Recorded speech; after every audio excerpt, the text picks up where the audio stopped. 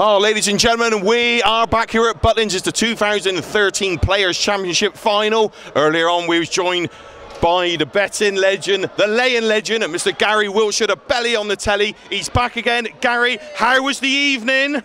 Well, it was a very good evening, Paul. We started off bad this afternoon, but tonight, well, we had a very, very good ending. I don't like saying it, Paul, but these lads here... What the Chizzy crew, are they hurting? All the Chizzy boys. We're going to go home tonight. We're having lobster and champagne, and the Chizzy boys will be having bars. Okay. Well, I've got... I'm looking here, Gary, going through the results. The first game could have been an absolute skinner. John Part, Andy Hamilton, 18 missed starts. A friend of mine loses £5.5 large, £5,500. He had 12 picked out, 11 out of 12. Loses on an 18 dart missed shots from John Part. Well, do you feel guilty?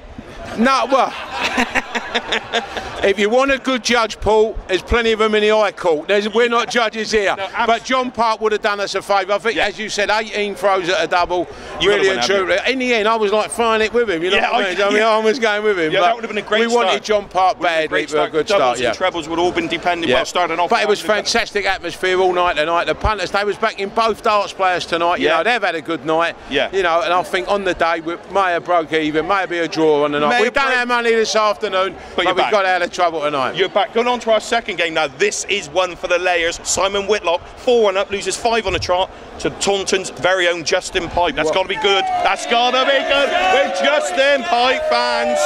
Hang on. I'll be true to you, Paul. I'm going to grow a beard now because I love Simon Whitlock. I love him. You love him now because he's been floored. He never got floored. He got well beaten. Yeah, he got well beaten. Okay.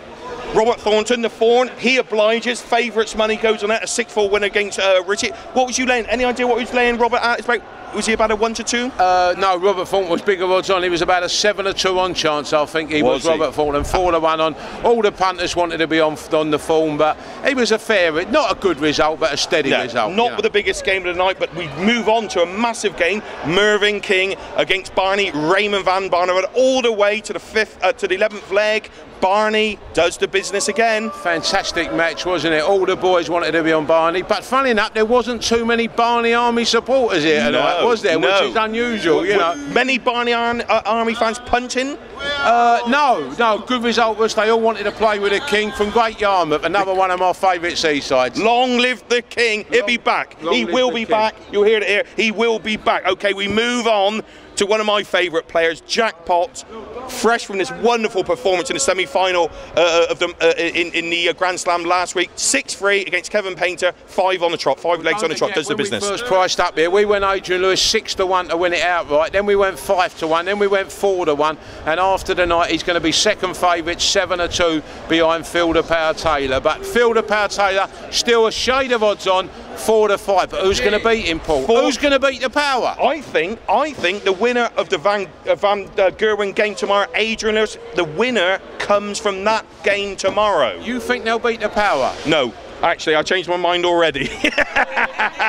No, we're going to move on. Paul Nicholson, Phil Taylor. You said this afternoon, Phil Taylor's money was already paid out. He hasn't even played. He's that good, isn't he? He played well, though, Phil. You got to feel sorry for Nicholson. When he come on stage today, the crowd, they did give it to him, big style, didn't they? I know what I mean. I know we're getting beaten in the cricket, and we, the body Aussies, but we give it him back. Yeah, we give it.